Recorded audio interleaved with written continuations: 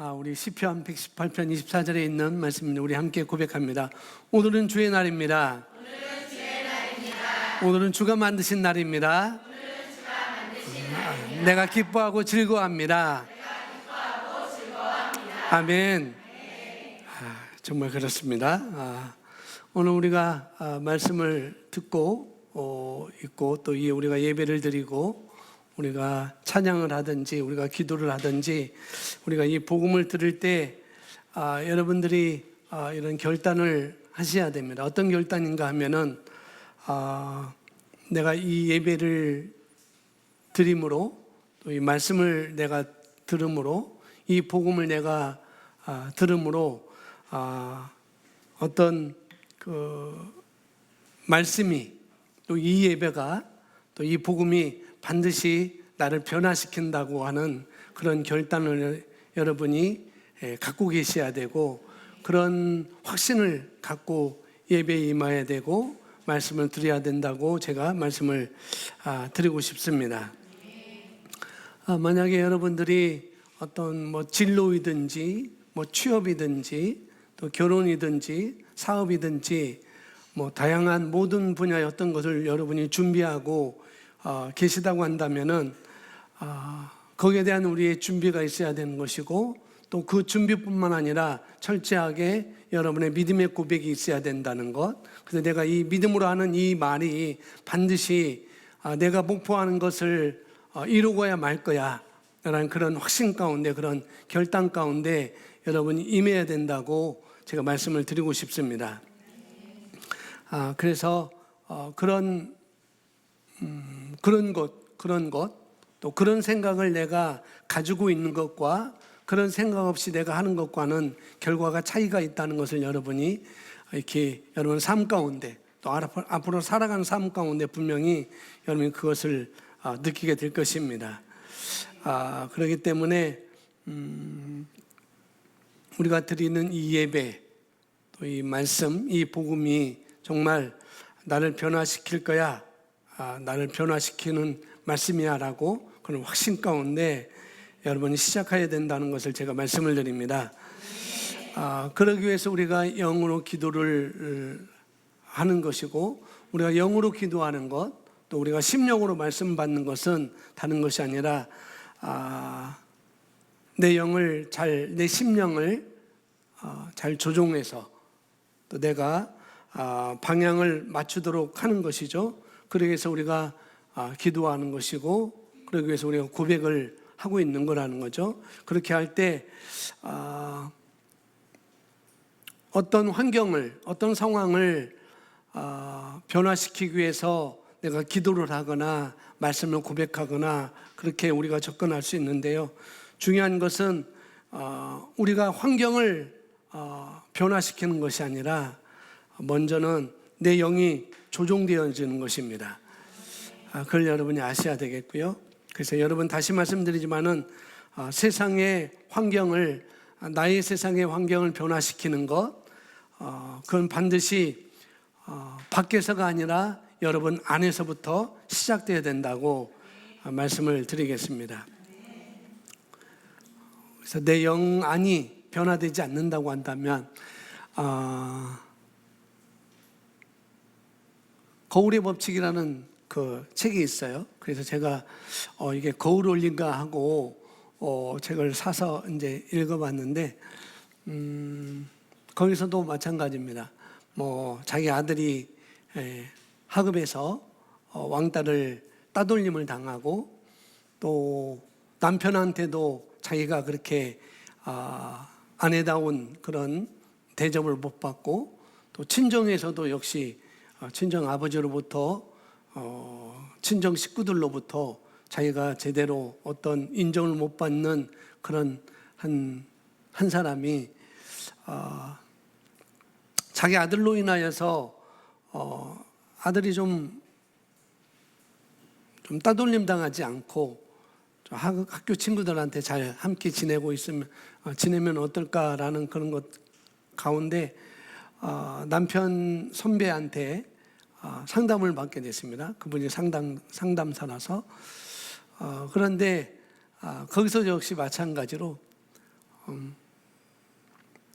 자녀 때문에 지금 속상해하고 있고 괴로움을 당하고 있고 이제 그것만이 아니라는 거죠. 그것만이 아니고 남편으로 인한, 남편의 말로 인한, 또 남편의 그런 행동으로 인한 자기의 어떤 원망스러움, 남편에 대한 원망스러움, 또 친정 아버지에 대한 그런 원망스러움, 그런 것이 있었는데 거기서도 똑같이 얘기해 주기를 그들이 변하는 것이 먼저가 아니고 내가 변하는 거다.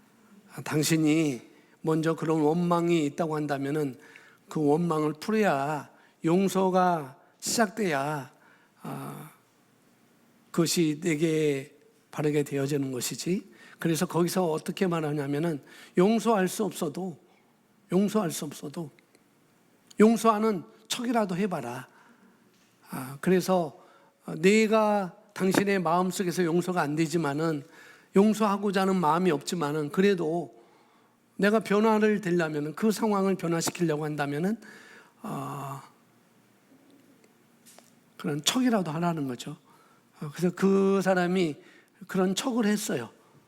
그런 척을 했는데 도리어 자기가 치유받는, 온 자기 주변에 있는 모든 것들이 다 변화되는 그런 내용이 바로 거울의 법칙이라는 책인데요. 마찬가지입니다. 여기 오늘 말씀을 드리고자 하는 것도 내 영이 변화되지 않는다고 한다면은, 조종되지 않는다고 한다면은 결코 우리가 세상을 이기거나 세상 상황을 변화시키거나 승리를 내가 가져올 수 없는 것이고, 그것을 내가 뚫고 나갈 수가 없다는 것입니다. 그래서 우리는 인사이드 아웃이라는 것을 먼저 여러분이 아셔야 되겠습니다. 아멘.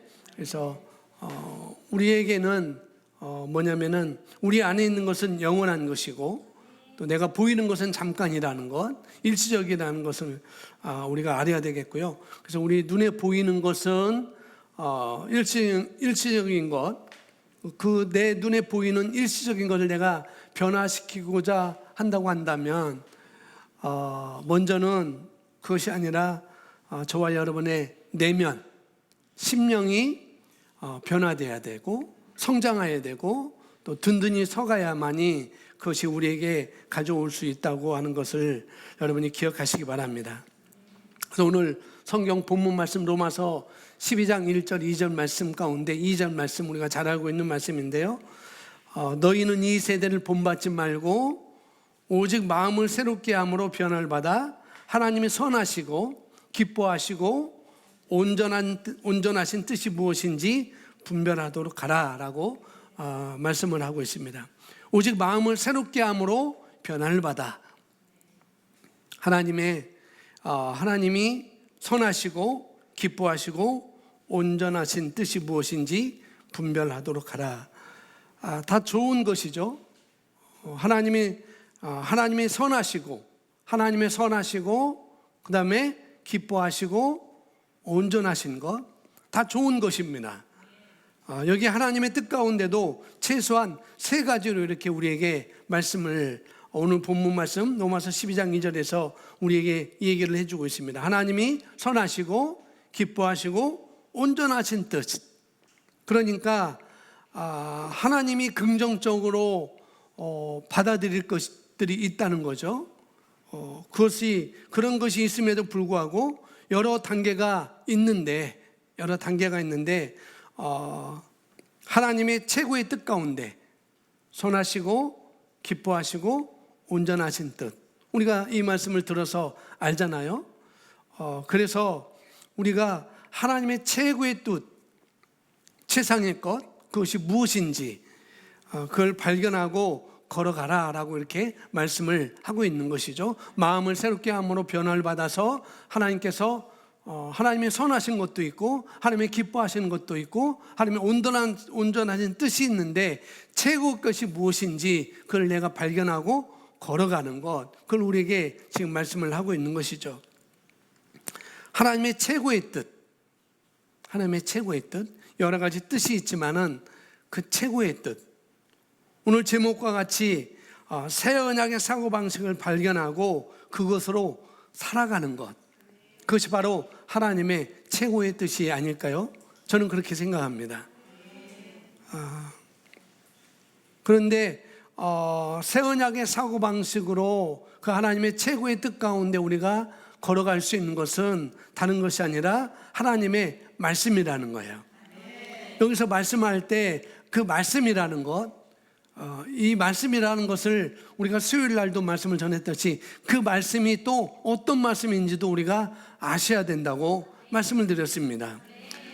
그래서 말씀은 우리 삶과 생각이 하나님의 온전하신 뜻 가운데 그 뜻과 일치하도록 하는 데 있다는 걸 우리가 아셔야 되겠습니다.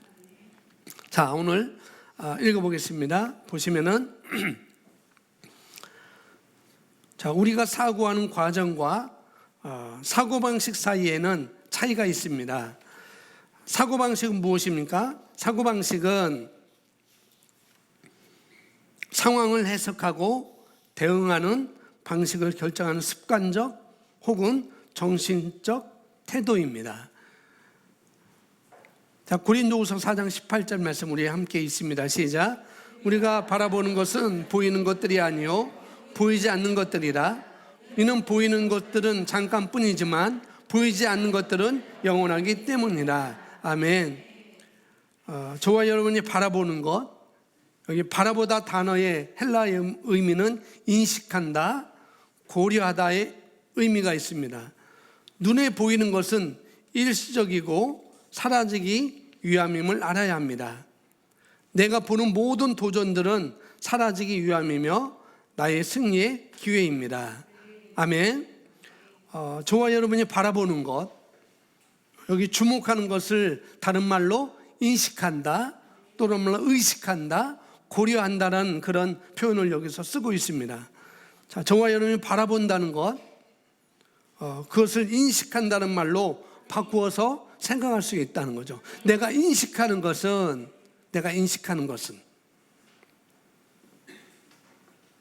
보이는 것들이 아니고 보이지 않는 것들이다.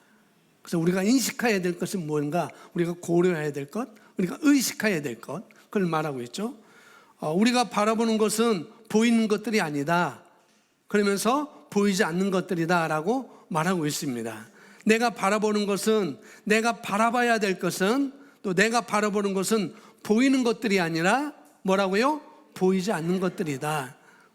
여기서 여러분 기억하시면, 내가 인식해야 될 것은 뭐라고요? 보이는 것이 아니고 보이지 않는 거라는 거죠. 여러분 삶 가운데 여러 가지 환경과 도전들을 분명히 만나게 될 거예요. 앞으로도 만나게 될 것이고, 그런데 내가 바라봐야 될 것, 그런 도전들 가운데, 상황들 가운데 내가 바라야 될 것은 뭐냐면은, 우리가 인식해야 될 것이 뭐냐면은 눈에 보이는 환경이나 내 눈에 보여지는 그런 도전들이 아니라는 거예요. 뭐라고요? 보이지 않는 것입니다. 그럼 뭐냐면은 주님께서 내게 뭐라고 말씀하셨는지, 주님께서 나를 누구라 말씀하시는지, 주님께서 내가 무엇을 할 수 있고 무엇을 가지고 있다고 하는지, 이 상황을 주님께서 뭐라고 말씀하시는지, 그것을 우리가 보이지 않는 거라고 말씀을 드릴 수 있고, 보이지 않는 것들을 바라보고 인식해야 된다라고 말씀을 하고 있는 것입니다. 여러분의 삶 가운데 성장하기를 원할 거고 변화시키기를 분명히 원하실 거예요. 그렇다고 한다면은 이것이 바뀌어야 된다는 거죠. 내가 주목하는 것, 내가 인식하는 것이 보이는 것이 아니고 보이지 않는 것으로 바뀌어져야 된다고 지금 우리에게 말씀을 하고 있는 것이죠. 이것이 보이지 않는 것이고, 우리가 바뀌어야 되는 것은 보이지 않는 것을 바라보는 것이고 인식하는 것이고, 또 내 안에 있는 것이라는 거죠. 내 안에 뭐가 있지? 내게 뭘 주셨지? 나를 누구라고 말씀하시지? 내가 무엇을 할 수 있지? 라고 이것을 우리가 바라보는 것이죠.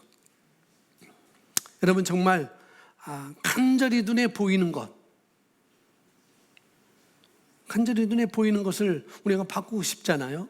내 모습도 그렇고 내 삶도 그렇고 분명히 그럴 겁니다.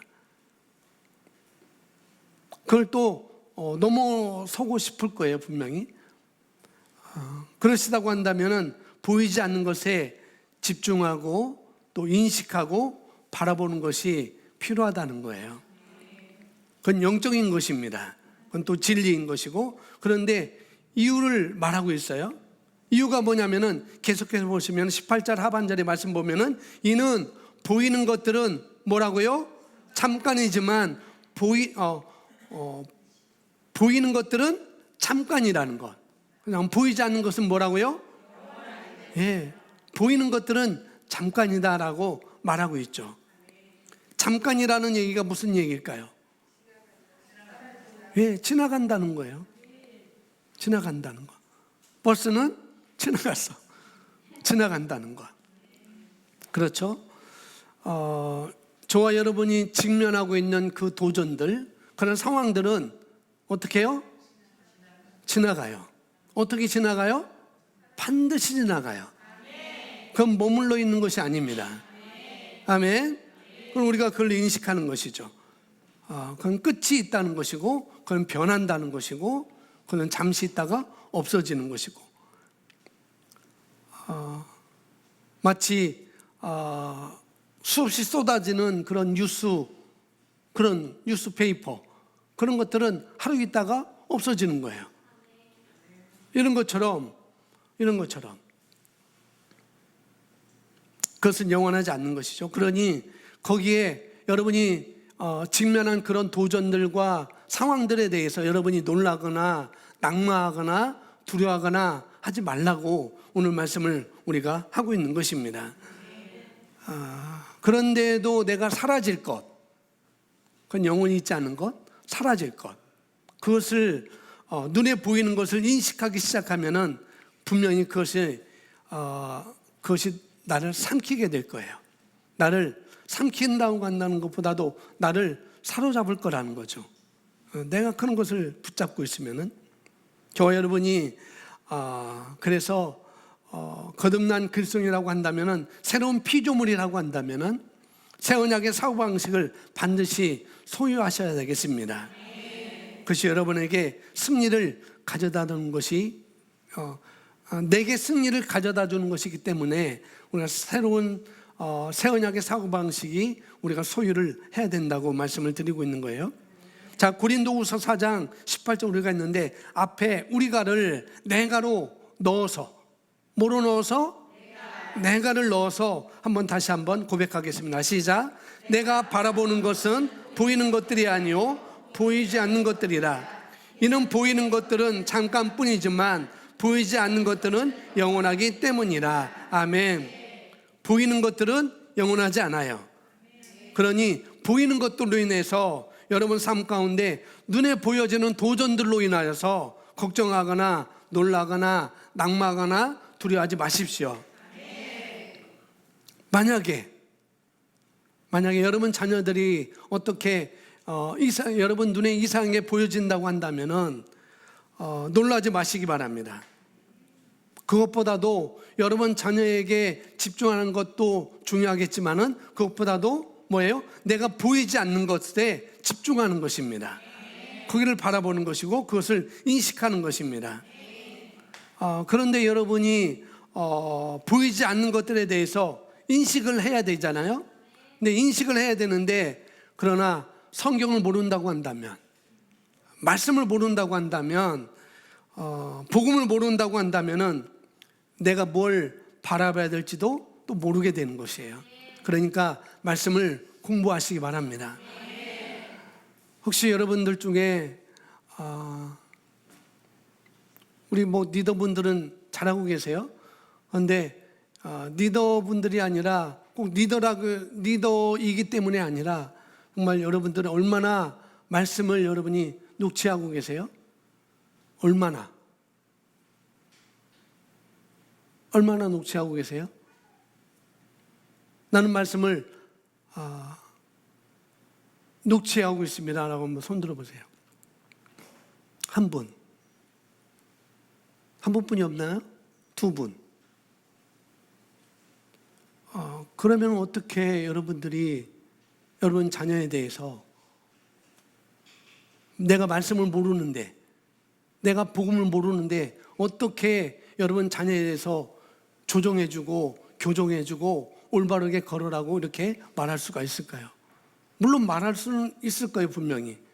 그러나 그것이 복음이 아닌데 왜 말씀을 녹취를 안 하시죠? 들으면 다 이해가 돼요? 들으면 그 말씀을 내가 실행할 수 있으세요?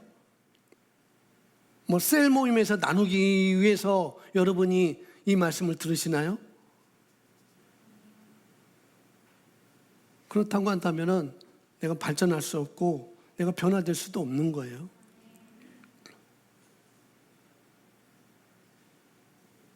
긴 1시간의 말씀이지만은 그것을 하루에 다 할 수 없다고 한다면 나눠서도 충분히 할 수 있어요. 오늘은 내가 20분의 분량을 내가 말씀을 녹취하리라. 내가 오늘 15분의 분량을 오늘은 내가 녹취하리라. 그리고 내일은 또 15분의 분량을 내가 녹취하리라. 모레는 내가 또 15일에 15분의 말씀을 녹취하리라. 사흘이면은 1시간의 말씀을 다 여러분 녹취할 수 있어요. 다 필사할 수 있어요.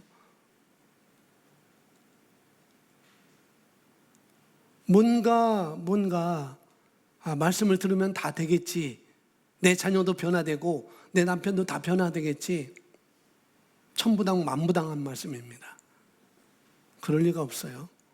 말씀으로 저와 여러분이 먼저 채워야 되는 것입니다.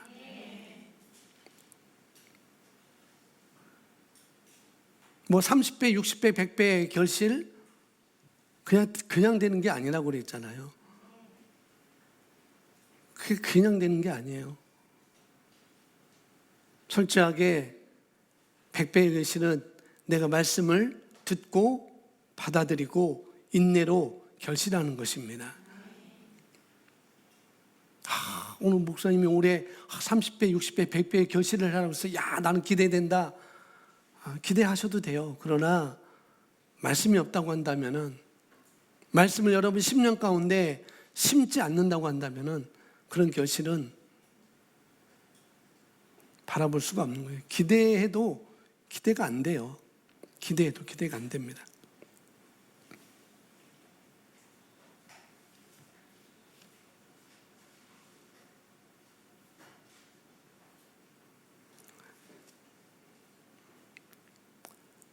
여러분 자녀가 이상한 행동을 하고 또 여러분이 원치 않는 그런 삶을 살아가는 것처럼 보일 때, 그럴 때 뭘 바라볼 줄 모르는 거예요. 어떻게 해야 할지 모르는 것이죠. 그렇기 때문에 반드시 이 복음에 대한, 이 말씀에 대한 그런 것들을 여러분이 배우셔야 된다고요. 그리고 그것을 내가 깨달아 알고 있어야만이 보이는 것에 영향을 받지 않고, 보이지 않는 것들을 바라보는 말미암아 내가 보이는 것들을 변화시킬 수가 있는 것입니다. 아멘. 다시 말씀드리지만은 이 이야기는, 이 말씀은, 이 고린도후서 4장 18절 말씀은 내가 보이지 않는 것들을 의식하는 것, 보이지 않는 것들을 바라보는 것, 다시 말해서 저와 여러분의 사고방식의 이야기인 것입니다. 아멘. 저와 여러분은 새 언약의 사고방식을 가져야 되는 거예요. 저와 여러분이 가지고 있지 않으면 하나님께서 여러분에게 줄 수 없습니다. 따라합니다. 내가 가지고 있지 않으면 하나님은 줄 수 없다. 다시 한번, 내가 가지고 있지 않으면, 따라하세요. 내가 가지고 있지 않으면 하나님은 줄 수 없다. 예. 내가 가지고 있어야만이 받을 수 있다는 것. 일반적인 예를 들면 뭐가 있을까요? 내가 가지고 있어야만이 내가 받을 수 있어요. 우리 삶 가운데서 내가 가지고 있지 않으면 받을 수 없는 게 뭐가 있을까요? 가지고 있으면 받을 수 있습니다. 뭐가 있을까요? 뭐가 있을까요? 네?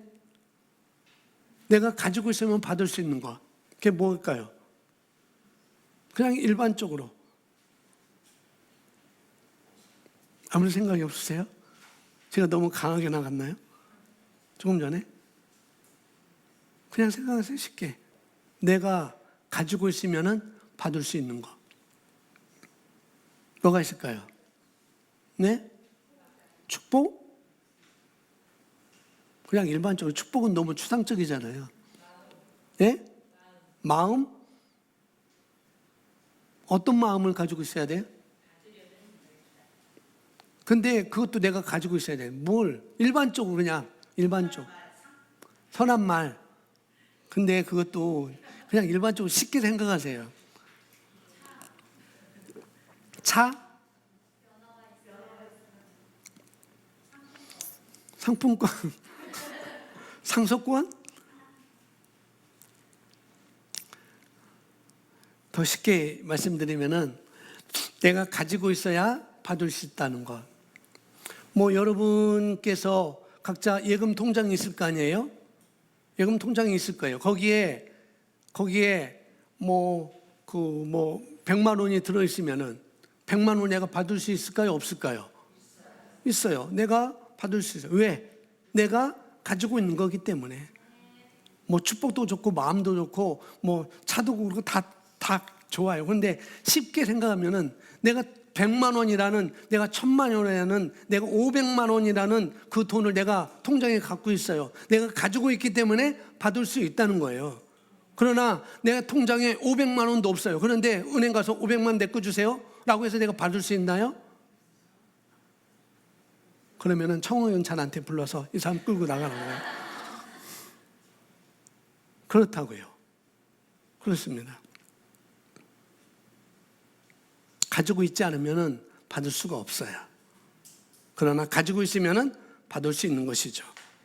하나님의 말씀도 똑같다고 이 말씀을 드리기 위해서 얘기하는 거예요. 하나님의 말씀도 똑같아요.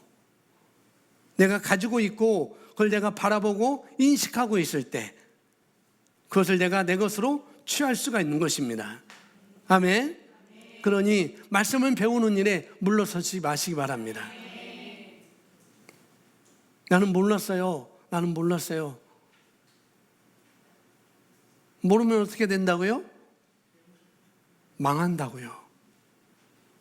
홀세아서 말씀하고 있잖아요. 지식이 없어서 망한다고.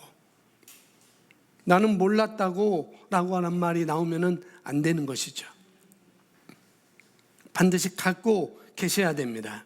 그리고 갖고 계셔야만이 합니다. 이것이 사고방식이라고 말씀을 드리는 거예요. 여러분, 제가 계속해서 관점을 바꾸십시오. 자기중심적인 사고방식에서 이 함정에서 빠져나오십시오. 또 오늘은 새 언약의 사고방식으로 사십시오라고 말하는 것. 다 이것은 뭐냐면은 승리의 사고방식을 갖기 위해서입니다. 형통의 사고방식을, 성공의 사고방식을 내가 가져오기 위해서 이것이 필요하다는 거예요. 관점을 바꾸지 않으면은 이런 승리의 사고방식을 내가 가져올 수 없거든요. 자기중심적인 사고방식을 내가 갖고 있으면은 이 성공의 사고방식을 내가 가져올 수가 없거든요. 이 승리의 사고방식, 형통의 사고방식, 이것은 새로운 새 언약의 사고방식으로 인해서 우리가 취할 수가 있는 것입니다. 그런데 이와 같은 승리의 사고방식, 성공의 사고방식, 형통의 사고방식, 부의 사고방식, 이런 사고방식에서 벗어나는 다른 사고방식이 일어날 때 몇 가지 조짐들이 있어요. 조금 전에 말했듯이 자기중심적인 사고방식을 늘 내가 갖고 있을 때는 이런 것들을 내가 가져올 수가 없는 것이죠.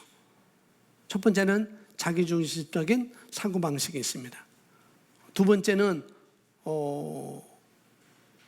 핑계. 제가 금요일까지 보고를 올려야 되고 늦으면은 토요일 날 3시까지 보고를 올려야 되는데 제가 보고 올린 것이 다 틀렸대요. 반은 맞고 반은 틀렸대요.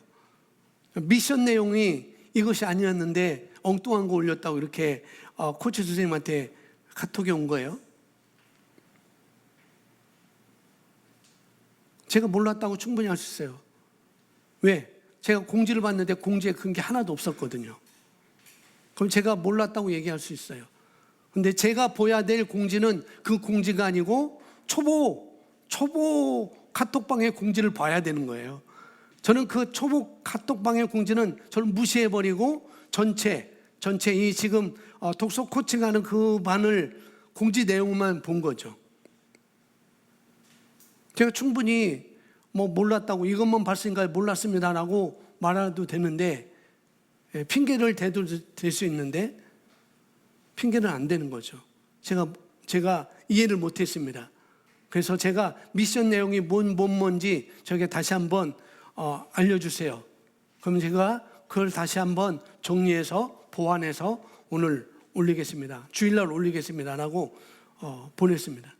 그러니까 미션 1, 2, 3, 4가 쭉 오는 거예요.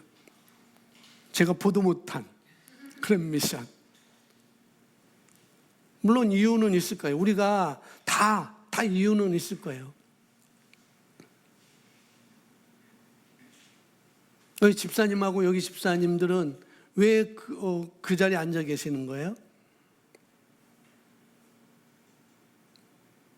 하나, 둘, 셋, 넷, 다섯, 여섯, 일곱, 여덟, 아홉, 10번, 의자가 10개까지 있는데 왜 지정석인가요? 돈 주고 사셨어요, 지정석을? 나는 이 자리다. 왜요? 왜 그 자리에 항상 앉아 계시는 거예요? 왜요? 김 집사님 왜요? 조 집사님 왜요? 왜 그 자리에 앉아 계시는 거예요? 늦게 와서? 아니면 앞에 가면 좀 쑥스러워서?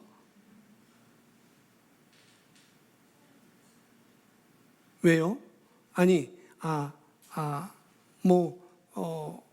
나보다 연약한 사람을 옆에서 성경 찾아주고 어딘지 도와주기 위해서?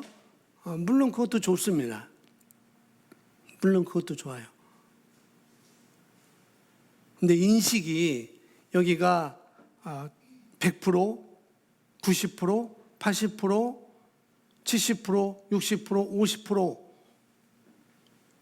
그렇다고 한다면 인식이 여기는 100%가 인식이 되고 두 번째 줄은 90%가 인식이 되고 세 번째 줄은 80%가 되고 그 다음은 70%, 그 다음 60%가 된다고 한다면 그런다고 한다면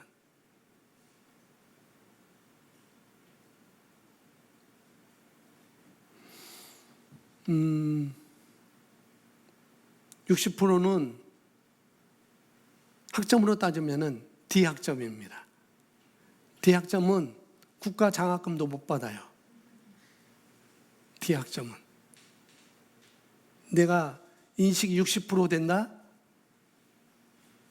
D학점은 펑펑 퍼주는 국가 장학금도 100% 못 받고 내가 다른 과로 전과하고 싶어도 전과가 안 돼요. 또 내가 다른 대학에 편입을 하고 싶어도 이 대학을 관두고 다른 대학으로 편입하고 싶어도 D학점은 편입도 안 됩니다.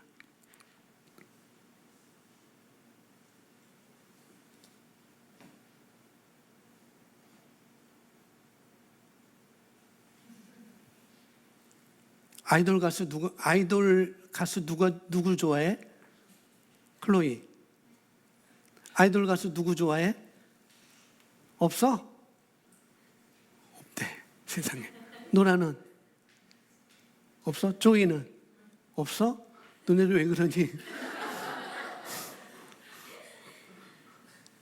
희한하네. 만약에 지금 뜨고 있는 아이돌 가수가 누군가요? 예? 몰라요? 그럼 아이돌 가수가 안 되고, 여러분들이, 지금, 그냥 여기 수준에 맞게 합시다. 산미시장에서, 롯데마트에서 지금, 그 70인치 TV를 지금 5만 원에 살 수 있는 기회가 주어졌어요. 5만 원에. 그게 150만 원인데 5만 원에 살 수 있어요. 그런데 정품이에요. 그리고 여러분들이 다 똑같이 그걸 살 수 있는 상품권이 다 주어졌습니다. 이건 내가 사가지고 팔 수도 있어요. 팔으면은 300만 원 주고 팔 수 있어요. 그렇다고 한다면은 여러분이 어느 자리에 가 있겠어요? 네?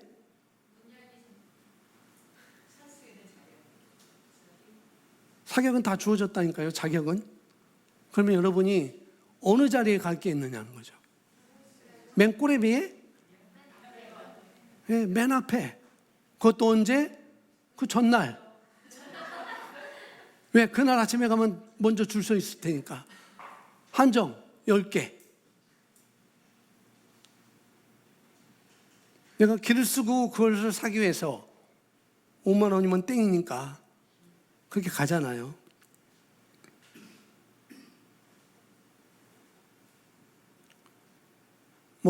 제가 뒤에 계신 분들을 제가 뭐를 하려고 그러는 건 아니에요. 그런 게 아니에요. 뭐냐면은 그것은 중심과 태도인 것입니다. 중심과 태도. 제가 뭐라고는 말씀을 드릴 수 않겠지만은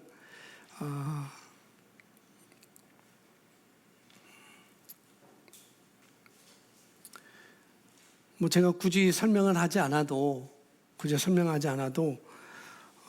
그냥 앞자리라고 하는 그 개념이, 내가 앞에 앉아 있다고 하는 그런 개념이 정말 그렇다는 거예요. 중심과 태도라는 거죠. 100% 인식되고 90% 인식되고 그런 것보다도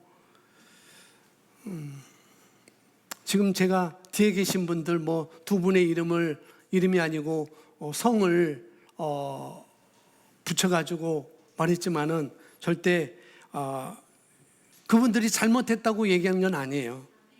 절대 그렇지 않습니다. 그런데 올바른 사고방식, 승리하는 사고방식, 여기에서 벗어나는 사고방식을 갖는 조짐 중에 하나가 뭐냐면은 아까 뭐라고 했냐면은 핑계라고 그랬습니다. 나는 이 자리에 앉아 있을 수밖에 없어요라고 하는 그런 핑계. 이유가 되겠죠. 이유가 있을 것입니다.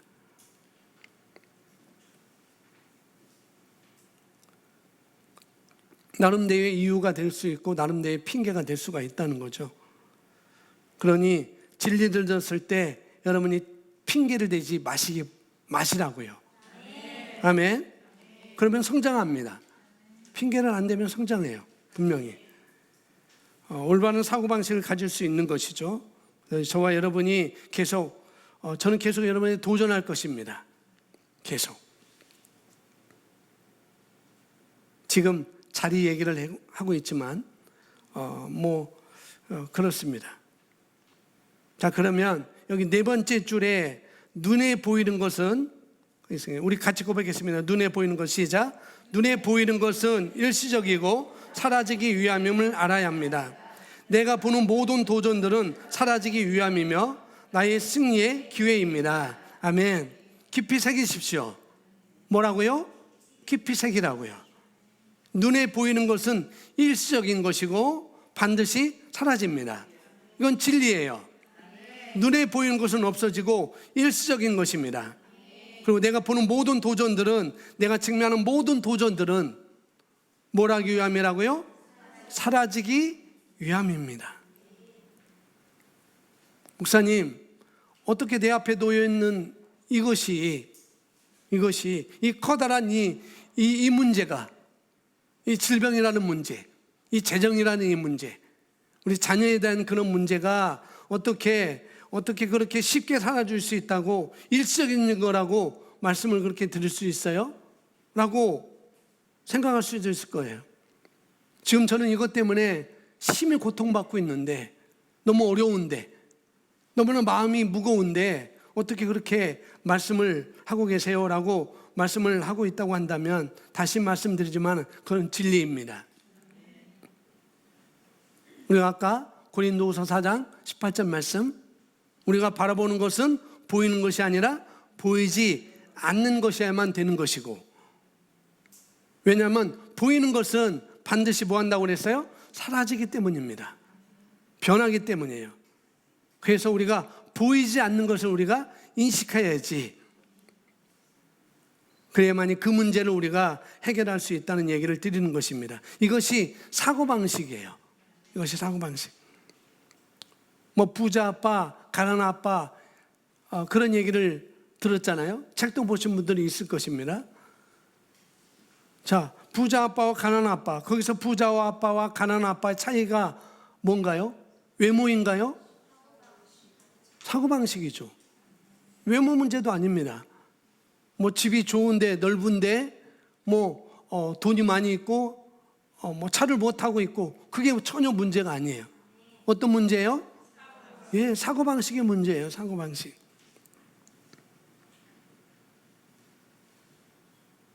철저하게 사고방식입니다.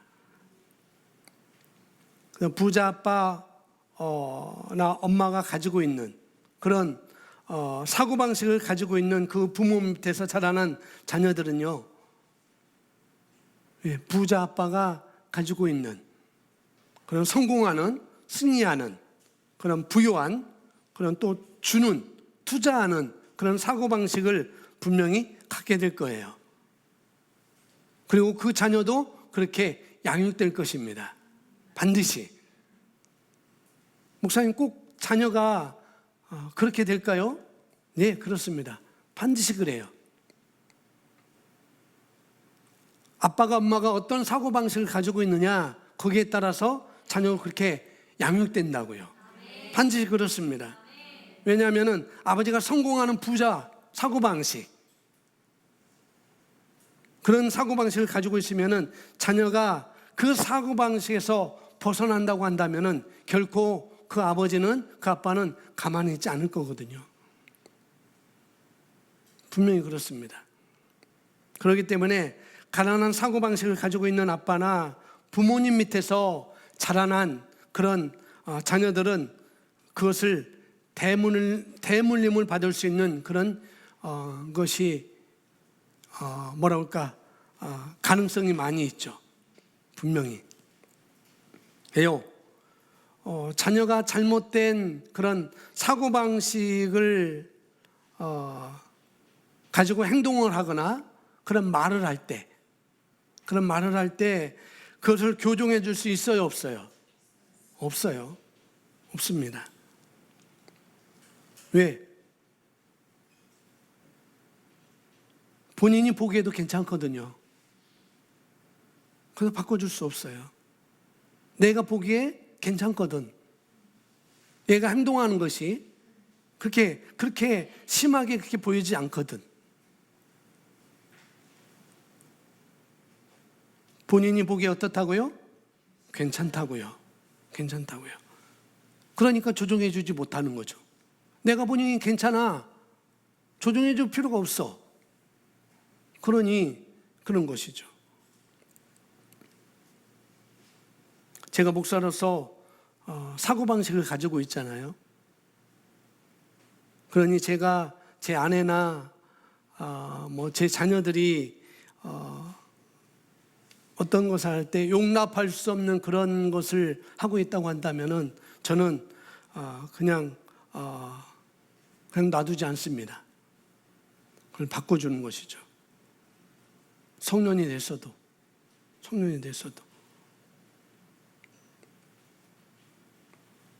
어떤 핑계를 가져다 대도 제가 그것을 허락할 수 없는 거예요.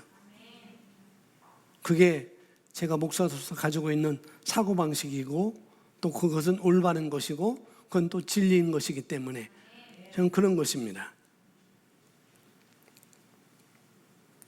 여러분들께 말씀드립니다. 여러분들께 누구라고 말하지 않아도 여기 계신 모든 분들이에요. 여기 계신 모든 분들, 자녀를 두고 있는 모든 분들, 저를 비롯해서 여러분 자녀에 대해서 이모저모 하셔야 됩니다. 여러분 자녀에 대해서 이것이 맞습니다라고 얘기할 때 그것이 동의가 안 될 수도 있을 거예요, 분명히. 그렇죠? 그러나 그것이 진리인 것을 여러분이 아셔야 됩니다. 먼저는 아셔야 되고, 또 아신다고 한다면은, 만약 그것이 받아들일 수 없다고 한다면, 제가 권사님한테 그런 어떤 것을 만약에 예를 들어 얘기를 했다고 해요. 그러면 권사님이 그것을 받아들일 수 없다고 한다면, 뭐 담임 목사와 교인의 관계지만, 성도의 관계지만은, 그러나 그게 관계일까요? 말씀을 전하는데 받아들이지 않는데.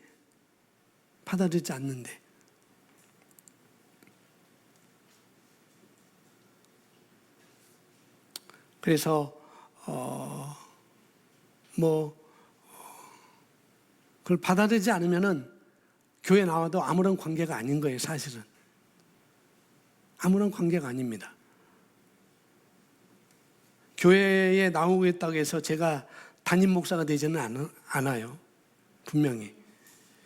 저와 여러분의 모든 관계에 있어서 어떤 관계요? 첫 번째 관계는 나에게 영감을 주는 그런 관계인 것입니다. 아멘. 그런 사람과의 만남인 것이고, 여러분 누구를 만난다고 할 때 그 사람을 반드시 나에게 영감을 주는 사람이 되어야 되겠습니다. 아니면 그게 아니라고 한다면 내가 그 사람에게 영감을 주는 그런 입장이든지, 둘 중에 하나가 돼야 돼요. 자, 그러면은 권사님과, 여기 앞에 계시니까 권사님과 저의 관계는 어떤 관계여야 되겠어요? 네, 영감을 공급해주는 그런 관계. 영적 권위자인 것을, 제가 권사님에게 여러분들에게 영적 권위자인 것을 알기 때문에, 영감을 받는 관계이기 때문에 저기서 듣고 배울 수가 있는 거잖아요. 그렇습니다. 그런데 영감을 받는 관계라고 생각하지만 제가 드리는 말씀을 받아들일 수 없다고 한다면 그거는 의미가 없는 거잖아요. 정말 불필요한 인생을 살고 있는 것입니다. 거기에 핑계가 생긴다고 한다면 올바른 사고방식으로부터 내가 벗어나고 있다는 것을 여러분이 아셔야 됩니다. 또한 사단으로부터 내가 공격을 받고 있다는 것도 여러분이 인지하셔야 된다는 거예요. 성경을 가르쳐서 그 말씀에서 말하는 것에 대해서는 고린도후서 1장에서 20절에서 그 말씀에 대해서는 예가 있고 아멘이라고 말하고 있거든요. 예, 아멘. 그래야지만이 내가 성장할 수 있는 거예요. 핑계가 아니라, 자기 중심적인 사고방식이 아니라. 그래서 여러분 관계를 정리하십시오. 정말 정리하셔야 됩니다. 저희 미션 중에 하나가 뭐냐면은 불필요한 연락처를 다 지우세요. 전화번호, 전번, 불필요한 것. 그래서 제가 171명을 다, 연락처를 다 지워버렸어요. 354명의 연락처 중에, 그 중에, 그러면 여러분도 계신가? 여러분 하나도 없어요. 염려하지 마세요. 171명을 다 삭제를 했습니다.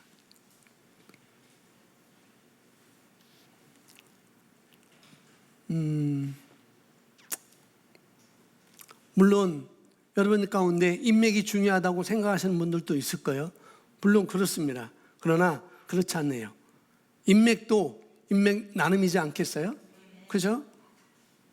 그래서 여러분 관계를 정리하셔야 됩니다. 반드시. 그냥 여러분들이 우리 청년들은 SNS를 많이 하고 인스타그램이나 페이스북이나 여러 가지 할 텐데, 나는 친구가 500명이야, 1000명이야, 1500명이야. 그걸로 성공하나요? 그걸로? 절대 그렇지 않습니다. 목사님, 그래도 그렇죠. 제가 연락처가 있어야 나중에 내 딸내미나 아들내미 결혼식 시킬 때 연락해서 그래도 오객께서 부주를 조금이라도 받을 수 있지 않겠어요? 라고 생각할 수 있겠죠. 내가 그동안에 심은 것이, 그 친구에게 심은 것이 얼만데 왜 꼭 그 사람한테만 받으려고 하세요? 나와 중요한 인맥이 갖고 있는 사람이 그 사람보다 더 할 수도 있잖아요. 저는 그렇게 생각해요. 그래서 저는 그분들에게 심어요. 자, 사무엘상 17장입니다. 우리 같이 제가 고백하겠습니다. 26절 시작.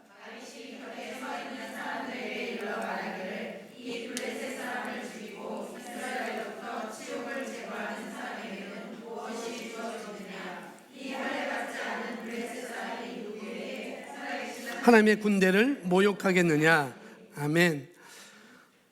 이스라엘 역사상 아직까지도 최고의 왕은 바로 다윗입니다. 최고의 왕은 다윗이에요. 솔로몬도 아니에요. 성전 지은 솔로몬이 아닙니다. 다윗입니다. 왜냐하면 다윗이 그만큼 이스라엘 나라를 부강하게 만들었거든요. 확장시키고. 그래서 이스라엘 국기는 다윗의 별 해가지고 그 다윗을 별해갖고 그 문양을 국기에 넣었어요.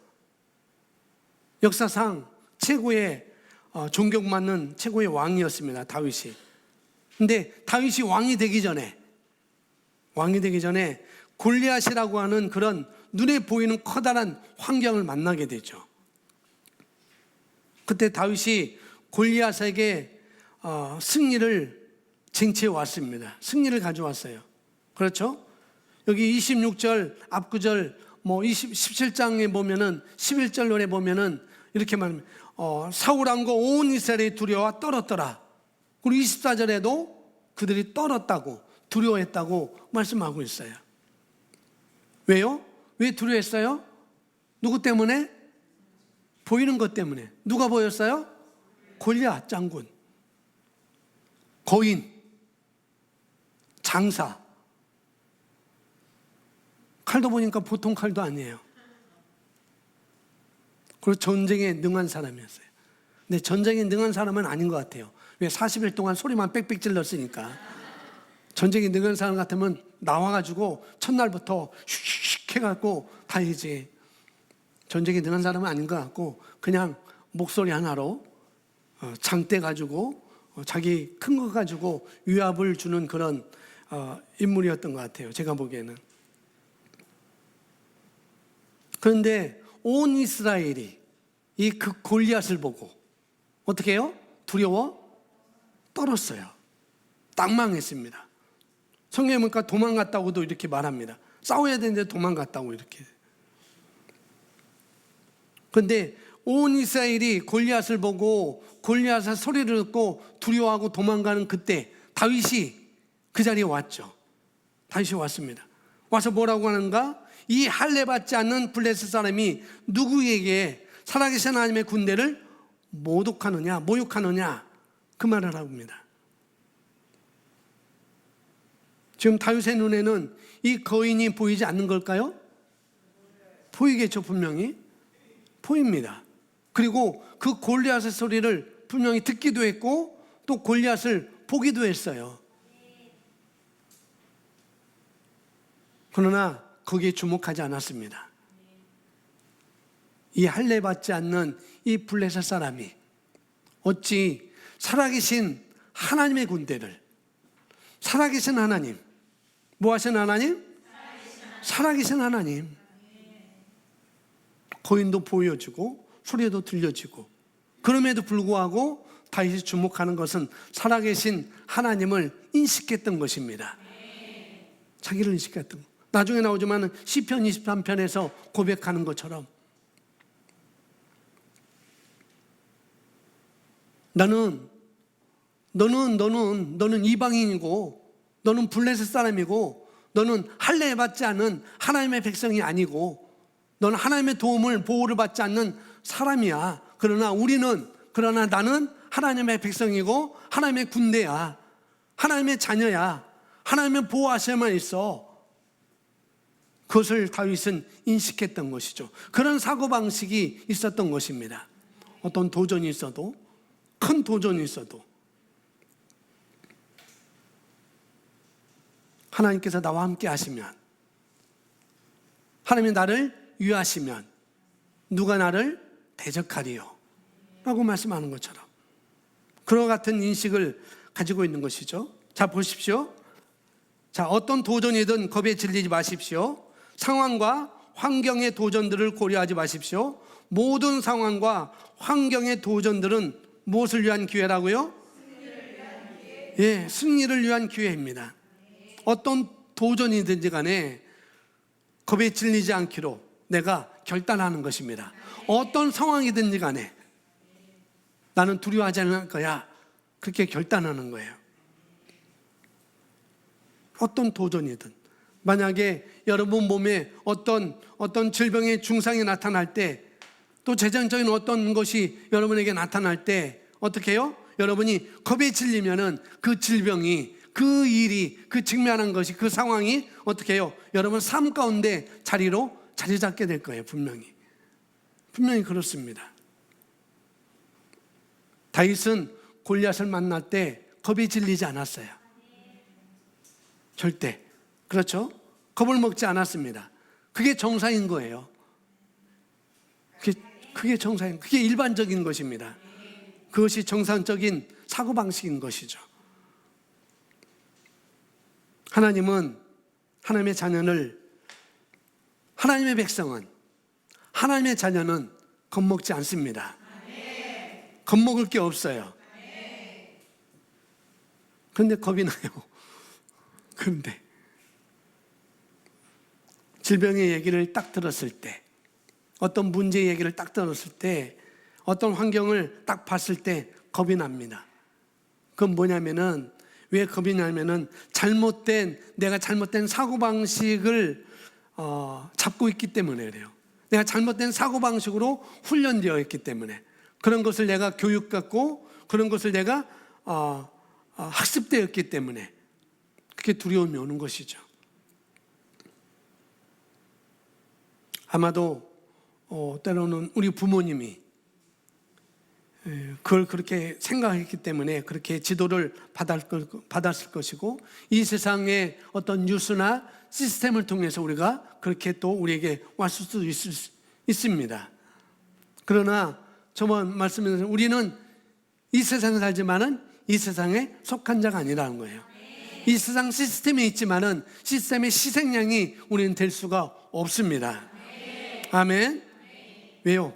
우리는 어둠의 권세로부터 흑암의 나라에서 사랑의 아들 나라로, 생명의 나라, 자유의 나라, 평안의 나라, 형통의 나라로 우리가 옮겨졌습니다. 아멘. 그러니 그와 같은 인식을 하는 것이 정상인 거예요. 옆에 분하고 말해줘요. 앞뒤 분 말해요. 두려워하기를 거절하십시오. 다시 한번. 이제 옆에 분에게 이제 자신에게 말합니다. 나는 두려워하기를 거절합니다. 나는 질병을 향해 두려워하기를 거절합니다. 나는 도전을 향해 두려워하기를 거절합니다. 아멘. 자, 다음 보시면, 자, 모든 도전은 승리의 발판입니다. 왜냐하면 나를 대적할 성공적일 수 없기 때문입니다. 환경이 주는 모든 도전은 나의 승리를 위한 발판입니다. 같이 보면, 모든 도전은 승리의 발판입니다. 모든 환경은 승리의 발판입니다. 발판이 뭔지 아시죠? 네, 발판이 뭔지 아실 거예요. 화장실 들어가는 데도 발판이 있고, 띵틀 운동할 때도 발판이 있고, 발판이 다 있습니다. 모든 도전은 승리의 발판입니다. 아멘. 왜냐하면 저와 여러분을 대적하여서 결코 승리할 수 없기 때문이에요. 그와 같은 인식을 우리가 갖는 것이죠. 이모저모한 일이 생길 때, 그럴 때 그 일에 대해서 올바른 사고방식을 내가 갖는 것입니다. 자, 로마서 8장 37절부터 39절까지 함께 같이 고백합니다. 그러나 이 모든 일에 우리를 사랑하시는 분으로 우리가 이기는 일보다 나아니라. 내가 확신하노니 사망이나 생명이나 천사들이나 정사나 권세나 현재일이나 다가올 일이나 높음이나 깊음이나 어떤 다른 피조물이라도 우리를 그리스도 예수 안에, 우리 주 안에 있는 하나님의 사랑에서 떼어놓을 수 없느니라. 아멘. 이것이 저와 여러분의 인식입니다. 이것이 우리의 사고방식이에요. 우리를, 나를 그래서 예수, 우리 주 안에 있는 하나님의 사랑에서 떼어놓을 수 없어요. 이건 진리입니다. 누가 당신을 송사하여도 걱정하지 마십시오. 여러분이 송사를 받거나 도리어 이렇게 위험을 받는 것이 아니라 여러분의 말 하나하나가 그들을 이기게 되어 있습니다.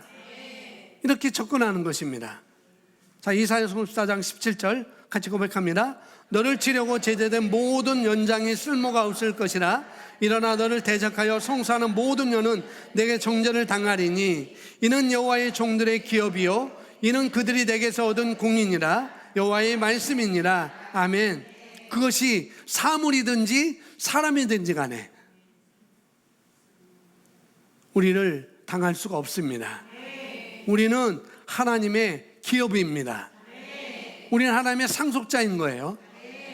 시편 27편 1절 3절 함께 읽습니다. 주는 나의 빛이요 나의 구원이시니 내가 누구를 두려워하리요. 주는 내 생명의 내가 누구를 무서워하리요.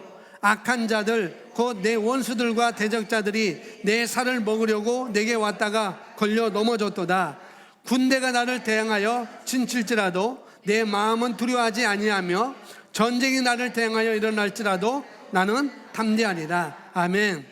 하나님의 말씀의 능력, 즉 하나님의 말씀의 사고방식을 배워야 합니다. 승리자의 사고방식을 가져야 합니다. 오늘 여기 이사야서 53장 17절부터 있는 말씀, 또 시편 27장 1절부터 있는 이 말씀, 이런 사고방식을 우리가 가져야 됩니다. 아멘. 하나님의 말씀의 능력,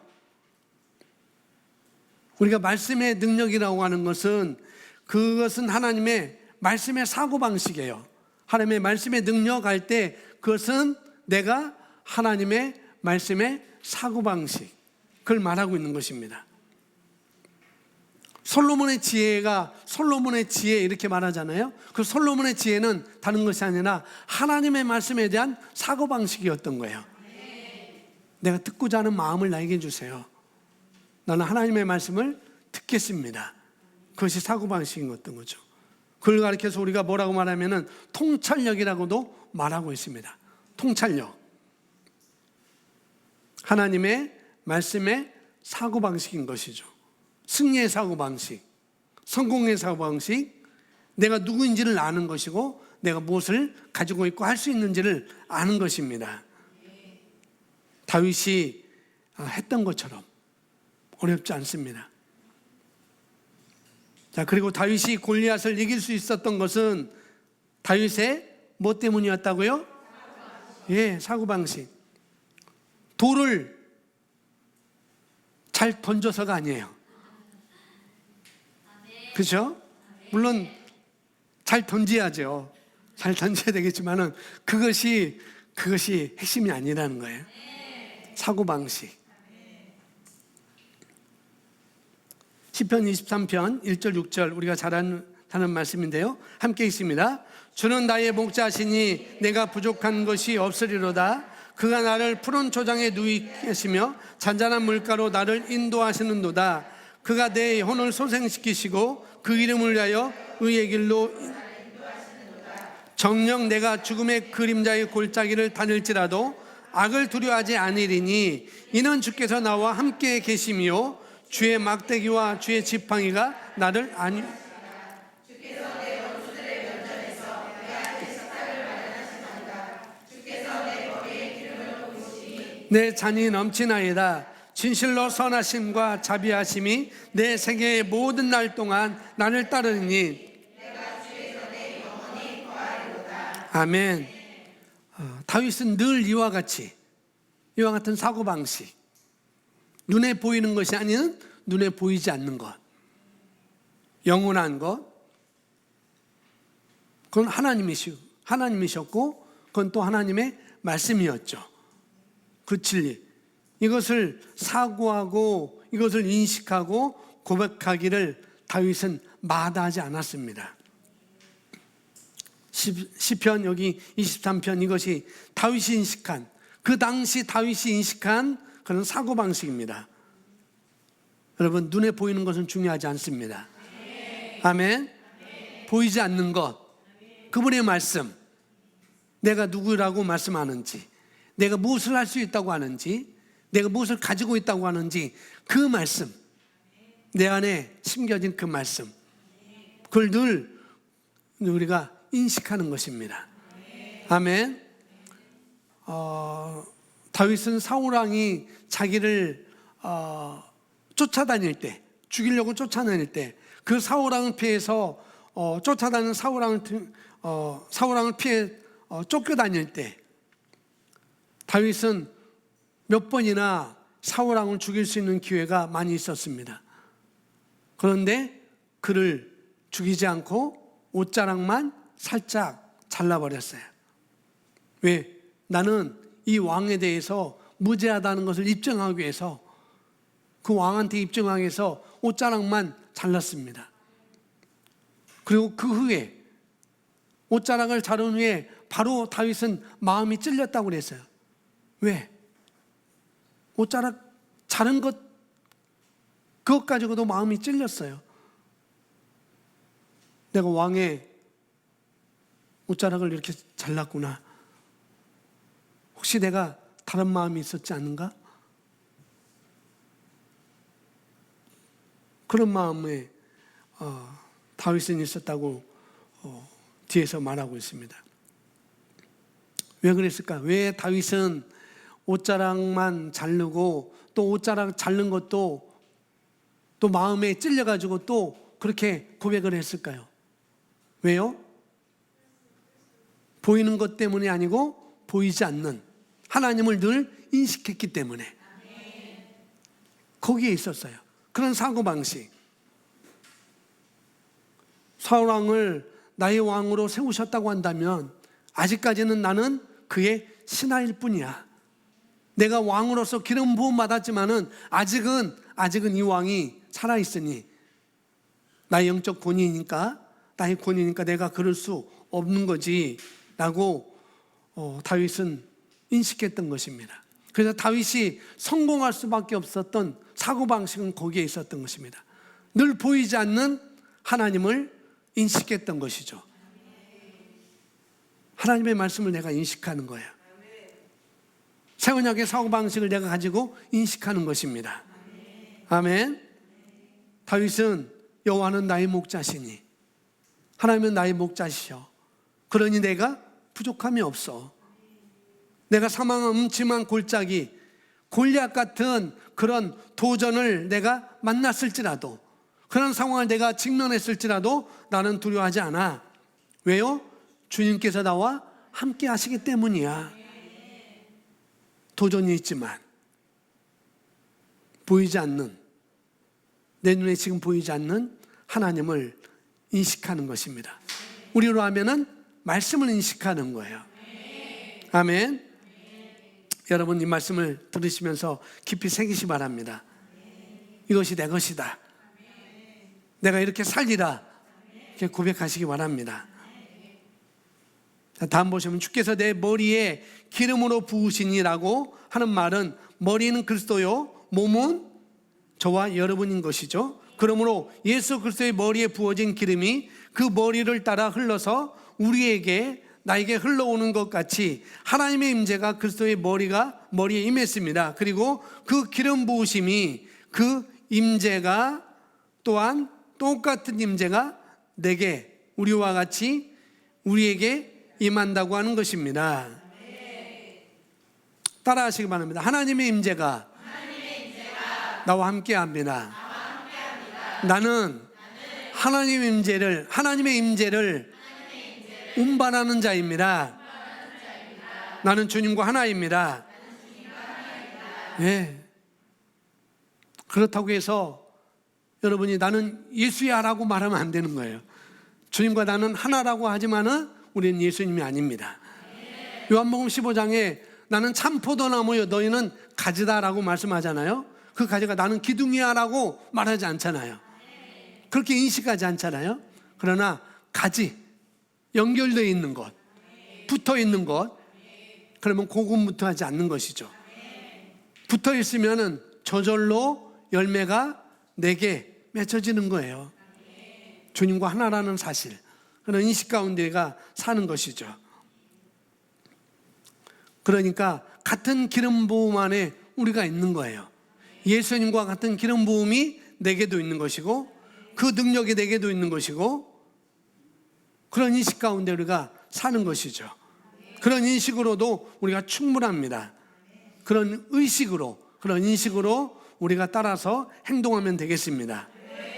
예, 두려워하기를 거절하세요. 낙망하기를 거절하세요. 아멘. 그리고 승리자의 사고방식을 취하시기 바랍니다. 나는 새 언약 아래에 있는 자야. 나는 새 언약을 내가 쥐고 있어. 그런 인식 가운데 사는 거예요. 아멘. 저와 여러분이 직면해 있는 환경보다 더 위대한 것이 나와 함께 하고 있습니다. 우리 안에 있어요. 여호와는 나의 목자시니. 다윗은 목자였지만 우리는 아버지입니다. 아버지. 모든 걸 다, 이것을 다 창조하신 아버지, 다 만드신 아버지. 말 한마디에 이거 이렇게 되는 그 아버지. 그 아버지를 내가 갖고 있고 그 아버지가 아들 예수 그리스도를 이 땅에 보내주셨고 그 아들 예수님에게 능력을 부여해 주셨고 그 능력이, 그 임재가 우리와 똑같이 임하게 된 것입니다. 아멘. 예수님에게 부어진 그 기름 부음이 참기름이라고 한다면은 우리에게 온 것은 들기름인가요? 아니에요. 똑같은 거예요. 예수님에게는 올리브 기름이 부어졌고 우리에게는 아주까리 그 기름이 부어졌나요? 아닙니다. 똑같은 기름 부음이, 똑같은 능력이 우리에게 임했다는 것. 이 사고방식으로 우리가 사는 것입니다. 아멘. 자, 시편 113편 1절 여기서 말씀하고 있습니다. 함께 읽습니다. 시작. 보라, 형제들이 하나 되어 함께 거하는 것이 얼마나 좋고 얼마나 기쁜가. 그것은 마치 머리 위에 값진 향유가 수염 곧 아론의 수염으로 올라서 그 옷깃까지 내려있는 것과 같고 헤르몬의 이슬이 시온 산들 위에 내린 같도다. 거기에서 주께서 복을 명하셨으니 곧 영생이로다. 아멘. 결론 보시면은 거기에서, 어디에서? 거기에서 주께서 뭘 명했다? 복을 명했어요. 거기서 저와 여러분에게 복을 명했습니다. 이미 명하셨어요. 축복을. 어디에서? 거기에서 우리의 복을, 또 우리의 그 유산을 명하셨다고 말씀하고 있습니다.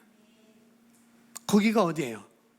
헐몬에 이슬이 내리는 거기, 또 여기 말하는 그 옷깃에서 옷깃까지 흘러내리는 그 기름 부음이 다 흘러내리는 발까지 흘러내리는 거기가 어디냐고요? 어디라고요? 제가 밑줄 쳐놨습니다. 거기가 어디예요? 예, 형제들이 하나 되어 함께 거하는 곳. 그것이 어딜까요? 오늘 이 자리잖아요. 그것이 어딜까요? 교회인 것입니다. 어느 교회? 못된 교회요? 저와 여러분이에요. 내가 교회잖아요. 내가 있는 곳에, 여러분이 있는 곳에 그런 기름 부음이 있습니다. 여러분 여기 보세요. 성경 말씀 그대로 보면 지금 아론의 머리에다가 기름이 부어졌습니다. 그 기름은 말 그대로 하나님의 임재, 하나님의 능력, 또 그분의 생명, 영광, 이런 것을 말하고 있는 거예요. 아론의 머리에 부어진 기름이 대제사장이었던 아론의 머리에 부어진 그 기름이 그 수염을 타고 그 다음에 그 수염에 흘러서 옷깃까지, 그 다음에 그 옷깃까지 내려서 어떻게 해요? 내 발에까지, 그 아론의 발까지 흘러 내려갔잖아요. 발끝까지 떨어집니다. 그 발끝 떨어진 그걸 갖다가 헬몬산, 이스라엘의 만년설이 있는 산입니다. 가장 높은 산. 거기 헐몬산에 내린 아침 이슬처럼, 아침 이슬이 아무것도 아닌 것 같아요. 제가 거기 가보니까 거기로부터, 그러니까 우리나라 한강의 발원지는 어디예요? 저기 어디 있었잖아요. 저기 삼척인가 어딘가 우리가 가본 적 있잖아요. 거기가 이름이 어쩌기 뭐냐는데 한강의 발원지는 거기 있어요. 그 발원지 조그만 웅덩이에서 한강의 발원지가 나온다니까요. 이스라엘의 그런 모든 강의 발원지는 바로 헐몬산에서 나온 거예요. 아침에 이슬이 모여가지고 흘러내리는 것, 그 다음에 눈이 녹아서 흘러내리는 그런 헐몬산의 그런 흐름, 그것을 여기 아론의 기름 부음이 여기 헬몬산에 흐르는 그 이슬로 인해서 흐르는 물로 이렇게 표현을 하고 있습니다. 그 떨어진 그곳, 딴 데가 아니라 어디예요? 바로 교회인 것이죠. 이것을 새 언약으로 가져오면 어떻게 했냐면 아론은 대제사장입니다. 그렇죠? 새 언약에서 예수 그리스도가 대제사장으로 오셨어요. 왕으로 오셨고, 자, 그렇다고 한다면 아론의 머리는 누구를 비유하고 있는 거예요? 바로 예수님을 비유하고 있는 것이죠.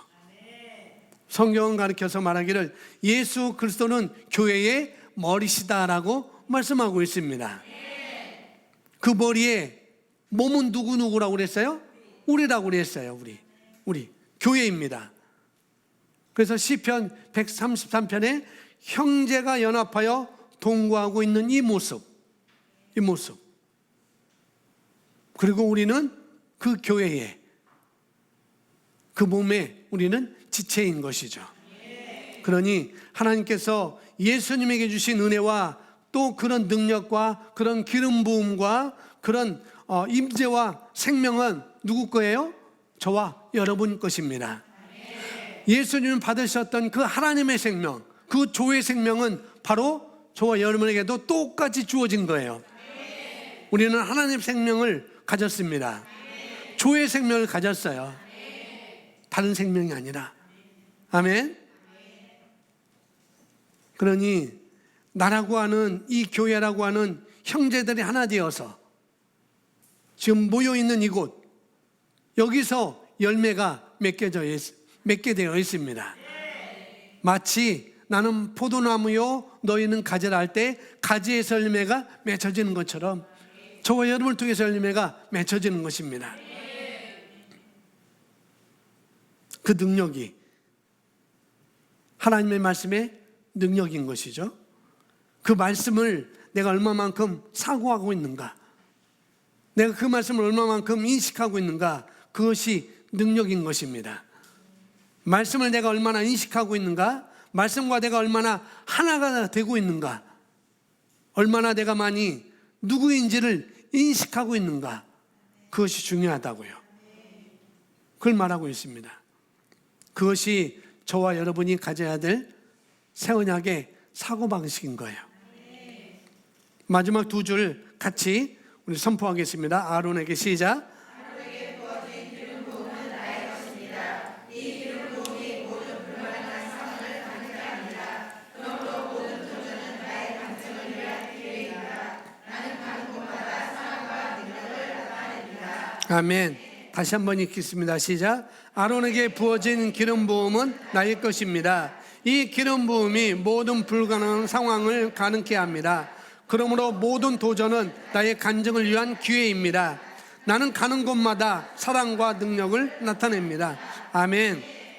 이와 같은 사고방식을 저와 여러분이 갖는 것이죠. 이것이 새 언약의 사고방식인 것이고, 이것이 그리스도의 우리 그리스도인들의 능력인 것이죠. 아멘. 우리 같이 기도하겠습니다.